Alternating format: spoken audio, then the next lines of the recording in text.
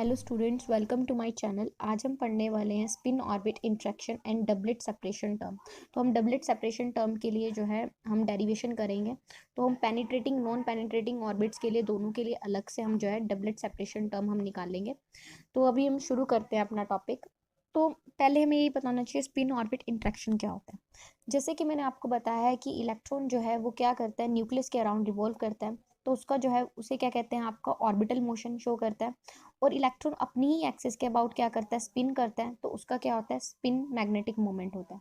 तो जो spin magnetic moment जो है वो क्या करता है, इस ऑर्बिटल मोशन की वजह से जो जनरेट हुई है आपकी मैग्नेटिक फील्ड उसके साथ इंटरेक्ट करता है। तो वो आपका क्या कहलाता है, स्पिन ऑर्बिट इंटरेक्शन कहलाता है। तो स्पिन ऑर्बिट इंटरेक्शन बेसिकली क्या है, the spin magnetic moment of electron, यानी कि जो इलेक्ट्रॉन की का जो स्पिन मैग्नेटिक मोमेंट है वो क्या करेगा, interact with the magnetic field generated due to orbital motion of electron around the nucleus. तो ऑर्बिटल मोशन की वजह से जो मैग्नेटिक फील्ड डेवलप हुई है उसके साथ जो इंटरेक्ट करेगा तो वो आपका क्या कहलाएगा, स्पिन ऑर्बिट इंटरेक्शन कहलाएगा। और ये जो स्पिन ऑर्बिट इंटरेक्शन है इसकी वजह से जो है हमें अल्कली मेटल्स जितने भी वैलेंस जिनका वैलेंस इलेक्ट्रॉन 1 होता है उनके केस में हमें जो है डबलेट स्ट्रक्चर हमें मिलता है। जैसे आप देखोगे कि जो पी ऑर्बिटल है वो फर्दर जो है स्प्लिट हो जाएगा पी हाफ और P3/2 के। तो वो हम चेक करेंगे इसके अंदर। तो हम डिराइव करते हैं डबलेट सेपरेशन टर्म। जैसे पी ऑर्बिट स्प्लिट हुआ, डी ऑर्बिट स्प्लिट हुआ, तो उनके लिए हम जो है डबलेट सेपरेशन टर्म हम निकालेंगे। दोनों केस के लिए हम आज डिराइव करेंगे, ठीक है। तो सबसे पहले हम जो है जो डिराइव करने वाले हैं doublet separation term penetrating orbits के लिए। अब हम क्या कैलकुलेट करेंगे, डबलेट टर्म सेपरेशन हम कैलकुलेट करेंगे। तो अभी तक हम क्या मान के चलते थे कि हमारा जो इलेक्ट्रॉन है वो क्या कर रहा है, न्यूक्लियस के अराउंड रिवॉल्व कर रहा है इन अ सर्कुलर ऑर्बिट जिसका रेडियस मान लो r है, और जिस वेलोसिटी से वो रिवॉल्व कर रहा है that is given bye v। और हम मान के चलते थे हमारा न्यूक्लियस क्या था, रेस्ट पे है। पर अब जो हम मोशन कंसीडर करेंगे वो कैसा मोशन होगा, आपका रिलेटिव मोशन होगा।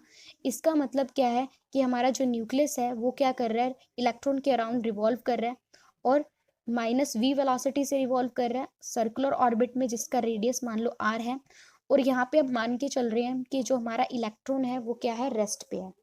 तो हमने यहाँ पे इस तरह से ड्रॉ किया हुआ है कि इस तरह से जो है ये रिवॉल्व कर रहे हैं। तो इस तरह से मैंने इसको शो किया हुआ है कि हमने मान के चल लिया कि हमारा जो और इलेक्ट्रॉन आपका न्यूक्लियस जो है that is orbiting around the electron. तो इलेक्ट्रॉन के अराउंड जो है वो क्या कर रहा है, ऑर्बिटल मोशन शो कर रहा है। और हमारा इलेक्ट्रॉन क्या है, रेस्ट पे है। अब देखो जो और ये जो हमारा न्यूक्लियस है इसका चार्ज मान लो Z ही है। अब ये जो ऑर्बिटिंग न्यूक्लियस है ये क्या करेगा, करंट लूप डेवलप कर लेगा। तो अगर मैं बिल्कुल स्मॉल डीएल लेंथ की अगर मैं बात करूं तो ये हमारे किसके इक्वल होगा, ये जो स्मॉल डीएल लेंथ यानी इतना थोड़ा सा अगर मैं मोशन कंसीडर करूं स्मॉल डीएल लेंथ, तो वो किसके इक्वल होगा, आपका करंट एलिमेंट के इक्वल होगा। And that is given bye IDL vector. तो अब हमने देखना है कि मैग्नेटिक फील्ड कितनी लग रही है इस करंट एलिमेंट के सेंटर पर। तो that is given by Biot Savart's law. So according to Biot Savart's law magnetic field at the centre of this element is given by B vector is equal to क्या होगा आपके पास, न्यू नॉट बाय में 4 pi I D L cross R vector divided by R cube. तो ये हमने in terms of vector quantity लिखा है। अब देखो यहाँ पे हमारे पास क्या है, जो करंट है आपका बेसिकली क्या है, करंट इज चार्ज अपॉन में टाइम। तो चार्ज किसका हम ले रहे हैं, न्यूक्लियस का, तो Z अपॉन में टाइम। और टाइम क्या होता है, दैट इज डिस्टेंस अपॉन में वेलोसिटी। तो यहाँ पे हम जो स्मॉल डीएल लेंथ कंसीडर कर रहे हैं वो क्या है, आपकी डिस्टेंस है। तो यहाँ पे डिस्टेंस कितना है, small DL vector divided bye जो वेलोसिटी है दैट इज -v वेक्टर। तो हम इसमें सब्सटीट्यूट कर देंगे वैल्यू। तो हमारे पास क्या आ जाएगी, I D L vector is equal to -ZeV vector. तो हम ये जो वैल्यू हमारे पास निकल के आई है करंट एलिमेंट की, तो वो हम यहाँ पे सब्सटीट्यूट कर देंगे।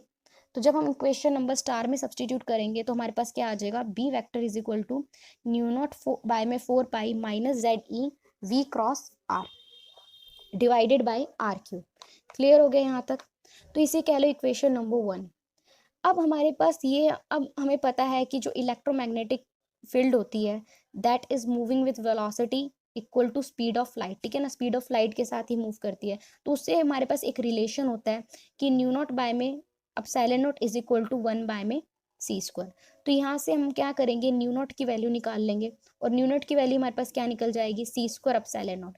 तो आप इक्वेशन नंबर 1 में सब्सटीट्यूट करोगे, तो जब सब्सटीट्यूट करेंगे हम न्यू नॉट की वैल्यू 1 बाय में सी स्क्वायर एप्सिलॉन नॉट, तो हमारे पास आ जाएगा B vector is equal to Z E 4 pi epsilon not C square R cube R cross V vector. क्योंकि हमारे पास क्या है, जो माइनस साइन था वो मैंने अंदर इसके अंदर एडजस्ट किया आपके क्रॉस प्रोडक्ट में, तो हमने क्या लिख लिया, R cross R vector cross V vector. Clear हो गया यहाँ तक। अब हमने क्या करना है, एम से डिवाइड करना है, एम से मल्टीप्लाई करना है। तो एम जो है दैट इज बेसिकली कांस्टेंट, हम अंदर ले गए, तो जेड ई बाय में 4 pi epsilon not C square R cube M R vector cross M V vector, और इसे कह लिए इक्वेशन नंबर 2। अब देखो ये जो हमारे पास है, ये हमें क्या बता रहा है, ये हमें क्या बता रहा है, जो हमारा इलेक्ट्रॉन है उसका जो ऑर्बिटल एंगुलर मोमेंटम है वो क्या है हमारे पास, आर क्रॉस एम वी है। तो यहाँ पे हमें ये क्या बता रहा है, R vector cross M V vector हमें क्या बता रहा है, ऑर्बिटल मैग्नेटिक एंगुलर मोमेंटम दे रहा है इलेक्ट्रॉन का। तो ऑर्बिटल एंगुलर मोमेंटम इलेक्ट्रॉन का जो है हमारे पास क्या होता है, बेसिकली हम उसको एल वेक्टर से रिप्रेजेंट करते हैं। अगर हम मैग्नीट्यूड की टर्म्स में लिखे तो वो क्या लिखा जाएगा, L L plus 1 into H cut. L क्या है हमारे पास, that is angular quantum number. तो हम इसको इस तरह से भी लिख सकते हैं, एल स्टार एच कट। तो हमने क्या करना है, इसकी वैल्यू जो है हमने क्या करना है, इसके अंदर सब्सटीट्यूट कर देनी है। तो इक्वेशन 3 की वैल्यू इक्वेशन नंबर 2 में सब्सटीट्यूट करोगे तो इक्वेशन 2 क्या बन जाएगी हमारे पास, Z E 4 pi epsilon not C square R cube M as it is L star H cut. अब हमने थोड़ी सी रीअरेंजमेंट करी, एल स्टार एच कट को इधर रख लिया और बाकी हमने ऐसे ही Z E 4 pi epsilon naught 1 M C square और 1 बाय में आर क्यूब मल्टीप्लाई में, तो इसे कह दिया इक्वेशन नंबर 4। अब देखो यहाँ पे, अब हमारा ये जो है ऑर्बिटल मोशन है, ठीक है, इलेक्ट्रॉन का। अब जो हमारा स्पिन जो है, स्पिन मोशन है, स्पिनिंग मोशन है इलेक्ट्रॉन का, वो क्या करेगा, रिलेटिव मोशन का मतलब ये है कि दोनों ही मूव है। तो यहाँ पे जो हमारा इलेक्ट्रॉन का जो स्पिन मैग्नेटिक मूवमेंट है, तो जो हमने मान के चला कि जो इलेक्ट्रॉन का जो स्पिन मैग्नेटिक मूवमेंट है वो जो है मैग्नेटिक फील्ड बी के साथ क्या करेगा, इंटरेक्ट करेगा। तो बी आपको पता है जो स्पिन मैग्नेटिक मूवमेंट इंटरेक्ट करता है, तो उसमें क्या होता है, जो हमारा स्पिन एंगुलर मोमेंटम है वेक्टर है वो क्या करता है, आपके मैग्नेटिक फील्ड बी के अराउंड जो है प्रेसेस करता है। और आप ये भी कह सकते हो कि हमारा जो है स्पिनिंग इलेक्ट्रॉन जो है वो क्या करने लग जाएगा, मैग्नेटिक फील्ड बी के साथ जो है प्रेसेस करने लग जाएगा, उसके अराउंड जो है प्रेसेस करने लग जाएगा। तो उसकी वजह से जो वेलोसिटी डेवलप होती है उसको हम क्या कहते हैं, जो जिस एंगुलर वेलोसिटी से वो प्रेसेस करता है उसे हम क्या कहते हैं, लार्मर वेलोसिटी। ठीक है, तो अब हमने क्या निकालना है, तो इसका मतलब जो स्पिनिंग इलेक्ट्रॉन है उसकी जो है लार्मर वेलोसिटी अगर मैं लिखूं, that is given by omega L. So that is given by omega L, और वो हमें पता है कि जो एंगुलर वेलोसिटी जो है कि जो स्पिनिंग इलेक्ट्रॉन की जो एंगुलर वेलोसिटी है जिसको हम लार्मर प्रिसिशन कह रहे हैं, ठीक है, अराउंड मैग्नेटिक फील्ड मान लो B, around magnetic field B, तो दैट इज ओमेगा एल, और वो क्या होती है, ट्वाइस होती है किसके, आपकी जो लार्मर वेलोसिटी होती है प्रिसिशन की of orbital motion of electron. Orbital motion की वजह से जो इलेक्ट्रॉन की जो लार्मर प्रिसिशन की जो वेलोसिटी निकलती है, और जो स्पिन की वजह से जो है लार्मर प्रिसिशन वाली वेलोसिटी निकलती है, वो क्या होती है, स्पिन वाली ट्वाइस होती है, जो आपकी आपकी क्या होती है, जो ऑर्बिटल मोशन की वजह से होती है इलेक्ट्रॉन की वेलोसिटी। तो ये हमने लार्मर थ्योरम हमने पढ़ी थी। तो हमारे पास omega L is twice of E B by में 2m, और हम कह सकते हैं ई बी बाय में m। तो ये आपकी लार्मर थ्योरम भी है, इसे इक्वेशन नंबर 5 कह लो। अब देखो हमने क्या मानना है कि जो इलेक्ट्रॉन है वो स्पिन कर रहा है, तो और जब मैग्नेटिक फील्ड के साथ जो है इंटरेक्ट करेगा तो वो क्या करेगा, प्रिसिस करेगा, और जिस प्रिसिशन जिस वेलोसिटी से वो प्रिसिस करेगा वो वेलोसिटी हमारे पास क्या हमने मान के चली, that is given by omega L. तो यानी कि ये वेलोसिटी तो है, पर जब हम क्या करते हैं, रिलेटिविस्टिक ट्रीटमेंट करते हैं। रिलेटिविस्टिक ट्रीटमेंट क्या, कि जो हम मान के चलते हैं कि जो इलेक्ट्रॉन है उसकी जो वेलोसिटी है वो किसको टेंड कर रही है, स्पीड ऑफ लाइट को टेंड कर रही है, यानी कि इसके इक्वल है। जब हम रिलेटिविस्टिक ट्रीटमेंट की बात करते हैं तो इस वेलोसिटी के साथ जो है एक और वेलोसिटी हमें मिलती है, और वो जो वेलोसिटी होती है वो उसका जो मैग्नीट्यूड की अगर मैं बात करूं तो वो किसके इक्वल है, हाफ जो आपकी लार्मर प्रिसिशन की वेलोसिटी है उसके। और इसकी अगर मैं डायरेक्शन की बात करूं तो इसकी जो डायरेक्शन होगी वो क्या होगी, बिल्कुल अपोजिट होगी जो आपकी ओमेगा एल की जो डायरेक्शन है। अगर मान लो ओमेगा एल की डायरेक्शन इस डायरेक्शन में है तो ओमेगा आर जो है उसकी अपोजिट डायरेक्शन होगी। तो ओमेगा आर जो है उसकी वेलोसिटी की जो डायरेक्शन है that is simply opposite to that of omega L, और इसका मैग्नीट्यूड हमें जो मिलता है वो क्या होता है, हाफ ऑफ लार्मर प्रिसिशन की जो वेलोसिटी है। तो इस वेलोसिटी को हम आफ्टर रिलेटिविस्टिक ट्रीटमेंट के बाद हमें जो एक और वेलोसिटी मिलती है इसको हम क्या कहते हैं, रिलेटिविस्टिक प्रिसिशन कहते हैं। तो यानी कि हमारे पास दो तरह की प्रिसिशन होगी, एक तो लार्मर प्रिसिशन, एक रिलेटिविस्टिक प्रिसिशन, यानी कि दो तरह की वेलोसिटी। तो दोनों वेलोसिटी का अगर मैं रिजल्टेंट एंगुलर वेलोसिटी बात करूं और resultant angular velocity of precision की बात करूं तो वो क्या होगा, वो हमें देगा मान लो ओमेगा एल डैश देगा, और वो क्या होगा आपका omega L minus omega R होगा। तो यहाँ पे आप ओमेगा एल में से ओमेगा आर की वैल्यू सब्सटीट्यूट करोगे, यानी कि सब्ट्रैक्ट करोगे, तो हमारे पास क्या आ जाएगा, ओमेगा आर क्या है, 1 बाय में ओमेगा एल है, तो यहाँ पे हमारे पास क्या निकल के आ गया, हाफ ओमेगा एल। ठीक है, और ओमेगा एल हमने क्या निकाला है अभी, ई बी बाय में एम। तो ओमेगा एल डैश हमारे पास जो resultant angular velocity of precision हमारे पास जो निकल के आया वो क्या निकल के आया, हाफ ई बी बाय में एम। अब हमने बी कैलकुलेट किया था अपने प्रीवियस उसमें, तो बी हमने इक्वेशन नंबर 4 में जो हमने कैलकुलेट किया था, क्या कैलकुलेट किया था हमने, बी हमने कैलकुलेट किया था, बी हमारा निकल के आया था that is L star H cut Z E 4 pi epsilon naught M C square by में आर क्यूब। तो हम ये जो है वैल्यू सब्सटीट्यूट कर देंगे इक्वेशन नंबर, इस इक्वेशन के अंदर। तो जब हम ये सब्सटीट्यूट करेंगे तो हमारे पास क्या आ जाएगा, हाफ ऑफ ई बाय में एम। सो सब्सटीट्यूट करेंगे ई बाय में एम, बी की वैल्यू सब्सटीट्यूट करो, क्या आएगा हमारे पास, Z E 4 pi epsilon not C square R cube into M L star H cut. Clear हो गया, यहाँ तक हमने ये वैल्यू सब्सटीट्यूट कर दी, ये वाली वैल्यू हमने जो इक्वेशन नंबर 4 की वैल्यू हमने जो है इसके अंदर सब्सटीट्यूट कर दी, तो हमारे पास ये आ गया। तो मल्टीप्लाई कर लेंगे इसको तो क्या आ जाएगा हमारे पास, जेड ई स्क्वायर, ठीक है, और 2 इससे मल्टीप्लाई होगा तो 8 pi epsilon not C square, अब मान लो एम इंटू एम क्या हो जाएगा हमारे पास, एम स्क्वायर, ठीक है, 1 बाय में आर क्यूब मैंने अलग लिखा हुआ है एल स्टार एच कट, कोई दिक्कत नहीं, ये हमारे पास निकल के आ गया। तो ये जो है हमारे पास इक्वेशन नंबर, मान लो इसे इक्वेशन नंबर 6 कह लो। क्लियर हो गया यहाँ तक। अब हमें क्या निकालना है, स्पिन ऑर्बिट इंटरेक्शन एनर्जी निकालनी है। अब हमने यहाँ पे देखा जो स्पिनिंग इलेक्ट्रॉन है वो क्या कर रहा है, मैग्नेटिक फील्ड बी के साथ इंटरेक्ट कर रहा है जो ऑर्बिटल मोशन से डेवलप हुई है, ठीक है। तो अब जो है इनकी वजह से जो है स्पिन ऑर्बिट इंटरेक्शन की वजह से जो है जो एनर्जी है वो क्या निकल के आएगी हमारे पास। अगर मैं स्पिन ऑर्बिट इंटरेक्शन की अगर एनर्जी की बात करूं, इस इंटरेक्शन की अगर मैं एनर्जी की बात करूं जिसको मैंने रिप्रेजेंट किया एल एस से, तो स्पिन ऑर्बिट इंटरेक्शन एनर्जी की अगर मैं बात करूं बेसिकली वो क्या होगा हमारे पास, जो आपकी एंगुलर वेलोसिटी है प्रिसिशन की, रिजल्टेंट एंगुलर वेलोसिटी जो प्रिसिशन की निकल के आई है इनटू क्या होगा।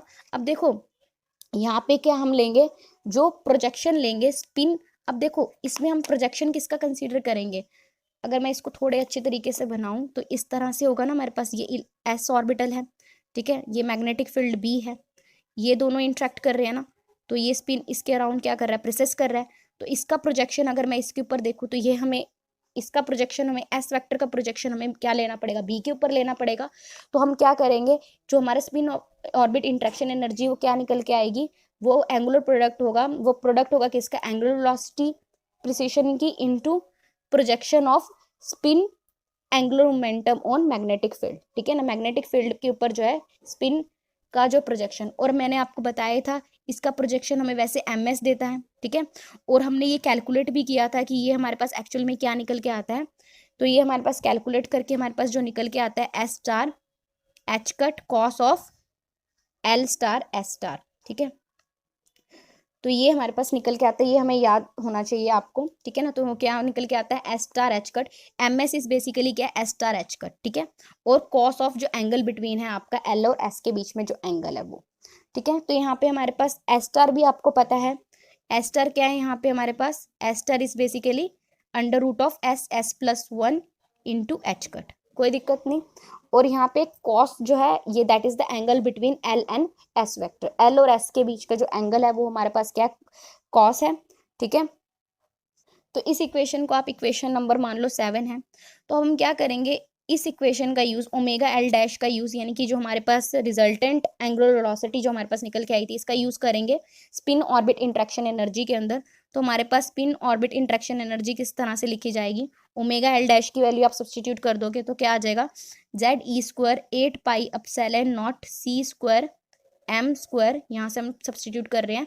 तो यहाँ पे हमारे पास क्या है, 1 बाय में एल आर क्यूब है और इंटू एच कट है, तो एच कट हमारे पास क्या हो जाएगा, तो यहाँ पे आप देख रहे हो एच कट यहाँ पे भी, एच कट यहाँ पे भी है, तो क्या हो जाएगा एच कट का स्क्वायर, क्लियर हो गया।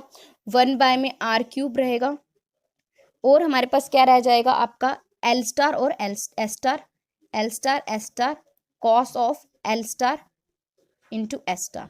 कोई दिक्कत नहीं यहाँ तक, इसे कह लो इक्वेशन नंबर 8। तो इक्वेशन नंबर 8 आपको समझ में आ गई कैसे लिखेगी, Z E square 8 pi epsilon not C square M square, तो एज इट इज लिख लिया। तो एच कट का स्क्वायर कर लिया 1 बाय में आर क्यूब और L star S star cos of L star S star, इसे कह लिया इक्वेशन नंबर 8।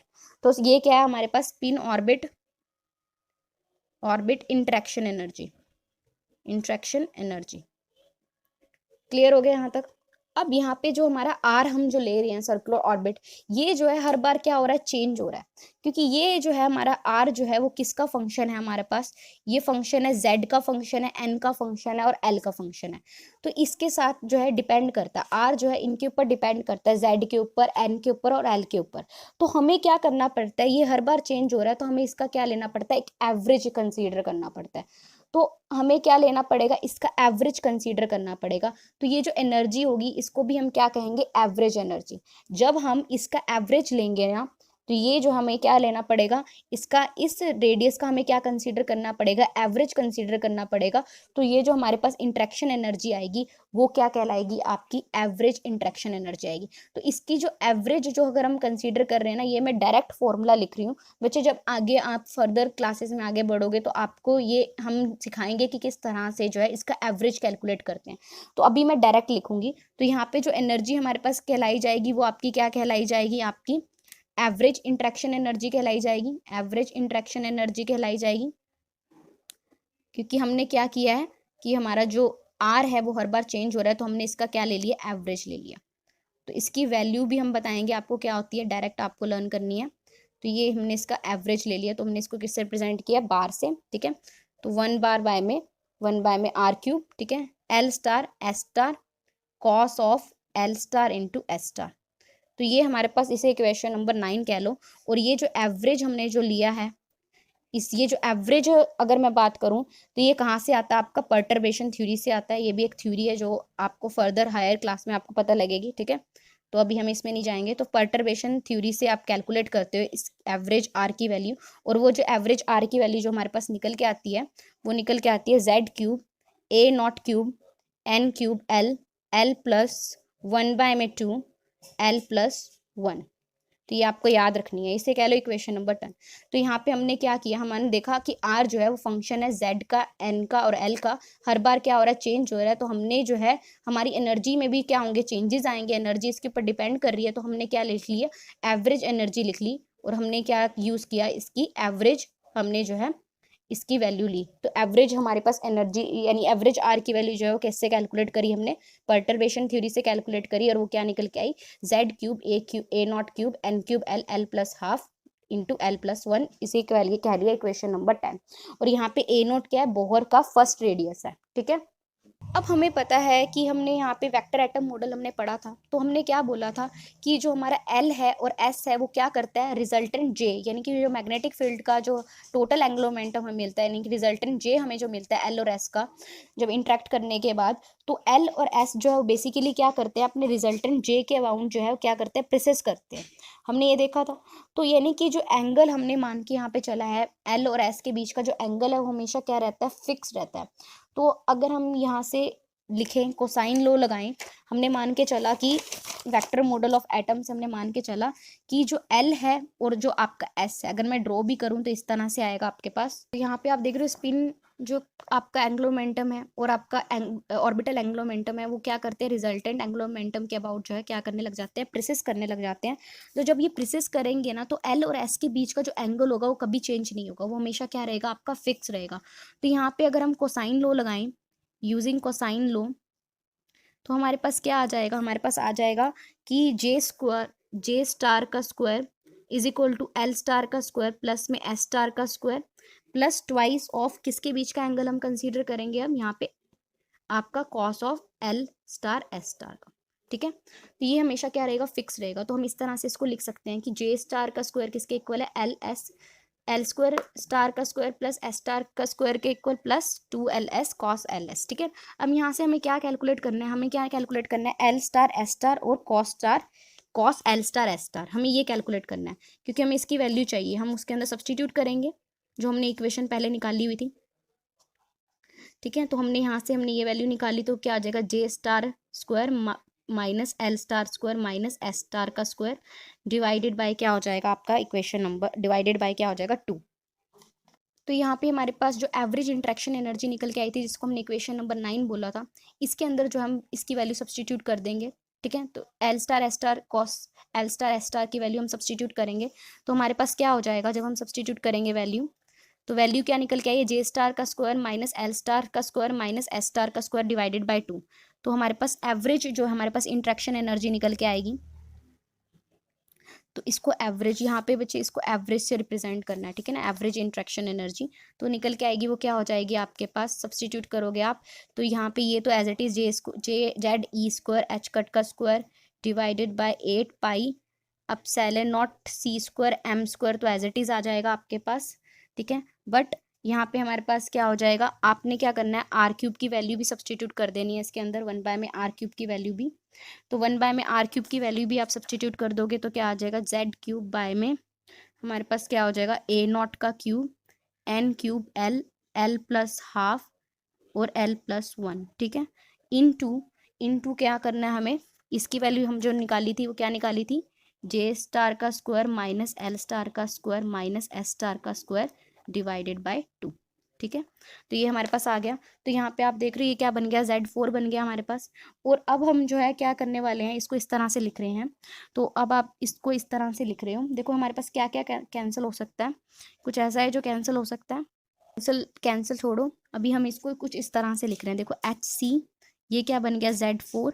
ठीक है, अल्फा स्क्वायर यहाँ पे मैंने एक टर्म इंट्रोड्यूस किया दैट इज अल्फा स्क्वायर। ठीक है, N cube L L plus 1 by में 2 एल प्लस 1, बाकी term as it is Z square minus L star का स्क्वायर माइनस एस स्टार का स्क्वायर डिवाइडेड बाय 2। तो यहाँ पे एक आर और एक्स्ट्रा आएगा। ठीक है, तो यहाँ पे हमने जो ये जो दो टर्म हमने इंट्रोड्यूस करी है अल्फा स्क्वायर आर, तो वो हमने डिफाइन भी कर दिया, इसको रीअरेंज करके लिखा है इस तरह से। तो यहाँ पे जो हमारा आर है दैट इज 1 बाय में 4 pi epsilon not 2 pi square ME4CH3।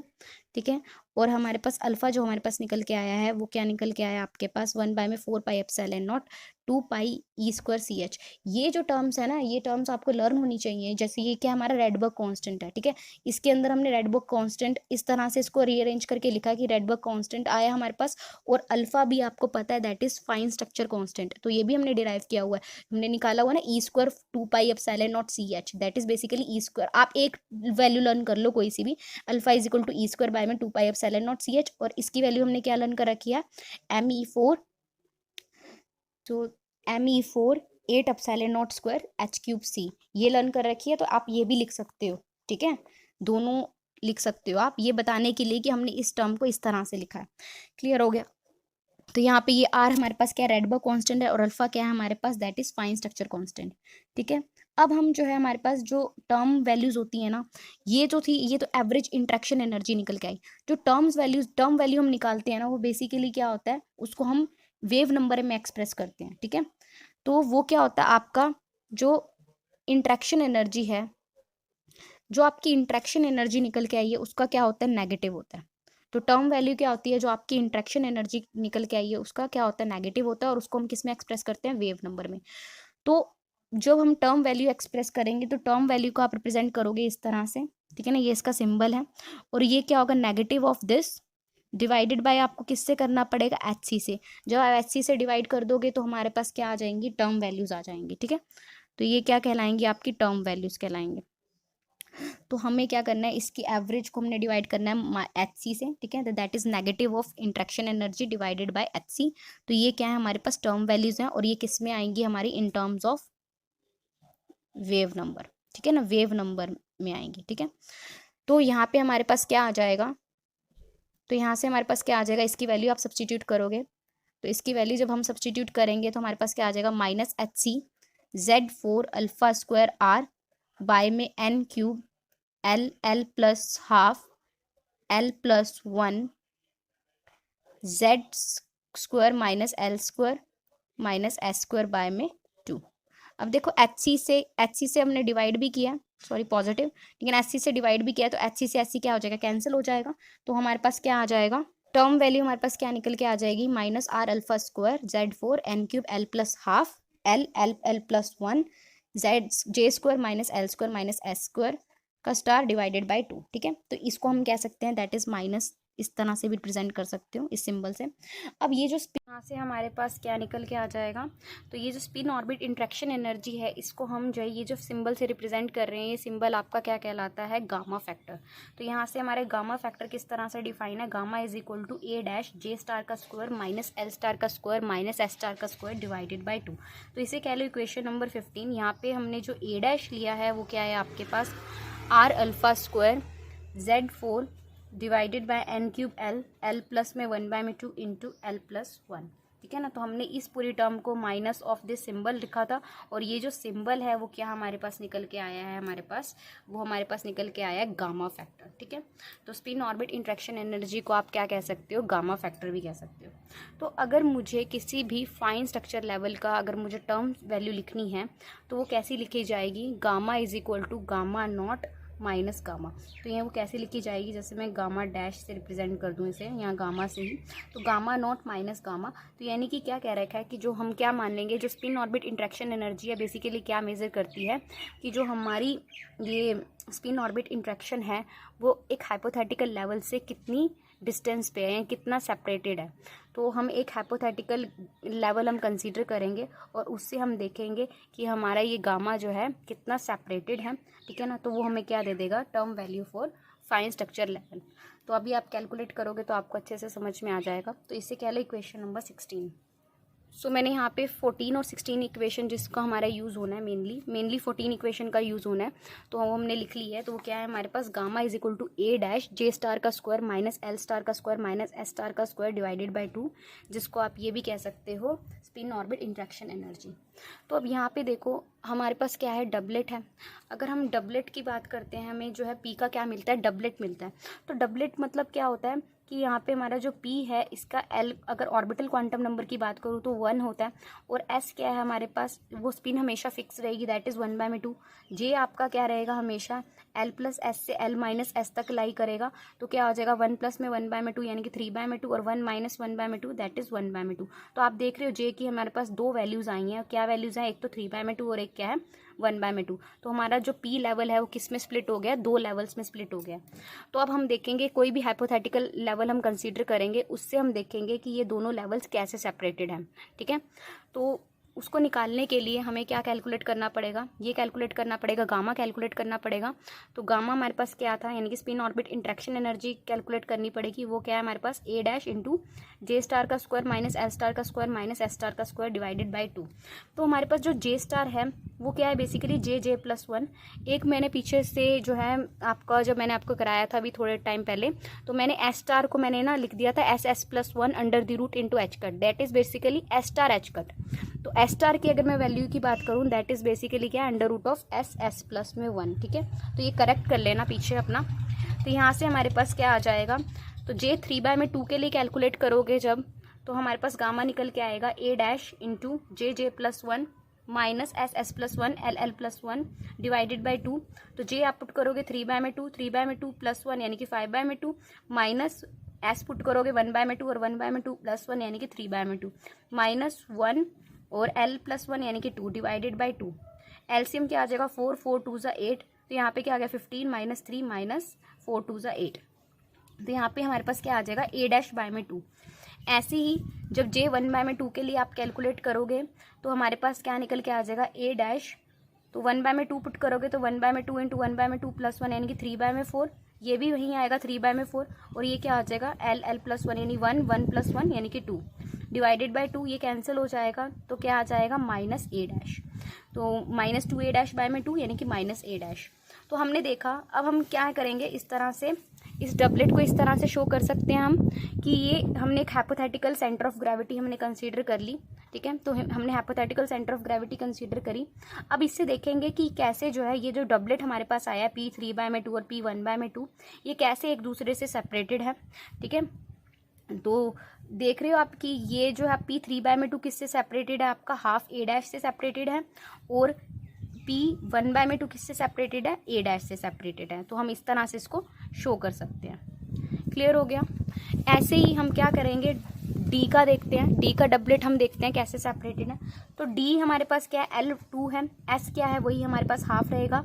जे अगर हम निकालेंगे तो क्या आ जाएगा, 2 प्लस में 1/2 यानी कि 5/2 और 2 माइनस 1/2 यानी कि 3/2। तो जे हम 3/2 के लिए कैलकुलेट करेंगे, तो इसके अंदर जो हमारे पास गामा फैक्टर इसमें सब्स्टिट्यूट करेंगे वैल्यूज, तो क्या आ जाएगा ए डैश इंटू, तो हमारे पास क्या आ जाएगा J+1 और माइनस SS+1 और माइनस LL+1 डिवाइडेड बाय 2 है। तो J+1 यानी कि 5/2 और 5/2+1 यानी कि 7/2, माइनस 2 और 2+1 यानी कि 3 और 1/2 इंटू 3/2। तो जब हम इसको डिवाइड करेंगे 2 से और जब कैलकुलेट करेंगे तो हमारे पास निकल के आएगा A। ऐसी 3/2 के लिए आप कैलकुलेट करोगे तो हमारे पास निकल के आएगा 3A/2। तो जो हमारा D है वो किससे सेपरेटेड है, सेंटर ऑफ ग्रेविटी से। एक बार तो A सेपरेटेड है और एक बार हमारा क्या निकल के आया है, ये आप कैलकुलेट करोगे ना। सो जब ये आप कैलकुलेट करोगे ना, 3/2 5/2 minus 2 into 3 minus 3/4 into A dash by में 2, तो कैलकुलेट करोगे तो माइनस 3a डैश बाय में 2 आएगा। तो यानी कि हाइपोथेटिकल लेवल से नीचे, तो यहाँ पे करेक्ट कर लेना, माइनस 3a बाय में 2 आएगा, 3a डैश बाय में 2। तो ये हाइपोथेटिकल लेवल से नीचे लाई करेगा। ऐसे ही 1/2 पॉजिटिव है तो ऊपर लाई करेगा और a डैश नेगेटिव है तो नीचे लाई करेगा। सेम a ऊपर लाई करेगा पॉजिटिव है तो, और नीचे है तो क्या करेगा, नेगेटिव आया तो माइनस 3a/2 यानी कि नीचे लाई करेगा। ऐसी f का भी हमें क्या मिलेगा, डबलेट मिलेगा। L3 लोगे, D 1/2 लोगे आप, सॉरी S 1/2 लोगे, J क्या आ जाएगा 3 प्लस में 1/2 यानी कि 7/2, और हमारे पास S माइनस 1/2 करोगे, L माइनस 1/2 करोगे तो क्या आ जाएगा 3 माइनस 1/2, तो हमारे पास क्या आ जाएगा, दैट इज 5/2, ठीक है। तो जब आप इसका कैलकुलेट करोगे तो हम देखेंगे कि हमारे पास 3a/2 आएगा और 2a आएगा, ठीक है। तो एक बार पॉजिटिव आएगा, वो नेगेटिव आएगा। तो आप ये कैलकुलेट कर लेना, ये आपका होमवर्क है, ये आपको खुद करना है कैलकुलेट। अब ऐसे ही हमारे पास मैंने चेक करना है स्पिन, अगर मुझे चेक करनी है, अब मुझे एस ऑर्बिटल के लिए चेक करना है। अगर आपको एस ऑर्बिटल के लिए चेक करना है तो आपको क्या करना होगा, एस के लिए चेक करने के लिए कि एस की स्प्लिटिंग हो रही है कि नहीं हो रही है, तो एस ऑर्बिटल के लिए हमें पता है कि एस हमारा 0 होगा, एल भी क्या होगा, हमारा 0 होगा, ठीक है। एस हमारा 1/2 होगा, एल क्या होगा 0 होगा, जे क्या होगा एल प्लस हाफ से एल माइनस हाफ तक जाती है वैल्यू, तो क्या होगा 1/2। बेसिकली जे हमारा क्या रहेगा, सिर्फ 1/2 रहेगा। तो जब आप कैलकुलेट करोगे, ठीक है, जब आप कैलकुलेट करोगे तो हमारे पास क्या आ जाएगा, गामा फैक्टर ए डैश, तो जे प्लस में 1/2 माइनस एल प्लस 1/2 माइनस, तो ये हो जाएगा डिवाइडेड बाय 2। तो बेसिकली क्या हो जाएगा, हमारे पास क्या आ जाएगा फैक्टर, ये जो गामा फैक्टर है वो क्या निकल के आएगा, 0 निकल के आएगा। तो कभी भी एस ऑर्बिटल में स्प्लिटिंग नहीं होती है, तो हमेशा एस ऑर्बिटल कभी स्प्लिट नहीं करता। आपका जो जितने ऑर्बिटल अभी हमने डिस्कस किए हैं, पी भी स्प्लिट कर जाएगा 2 लेवल्स में, डी भी स्प्लिट कर जाएगा और एफ भी स्प्लिट कर जाएगा 2 लेवल्स में, पर किसकी स्प्लिटिंग नहीं होती है, एस ऑर्बिटल की स्प्लिटिंग नहीं होती है। अब अगले लेक्चर के अंदर हम जो है पढ़ने वाले हैं स्पिन ऑर्बिट इंटरेक्शन के लिए हम निकालेंगे डबलेट सेपरेशन टर्म, हम कैलकुलेट करेंगे for penetrating orbit and for non penetrating orbit. तो अभी के लिए इतना ही, थैंक यू सो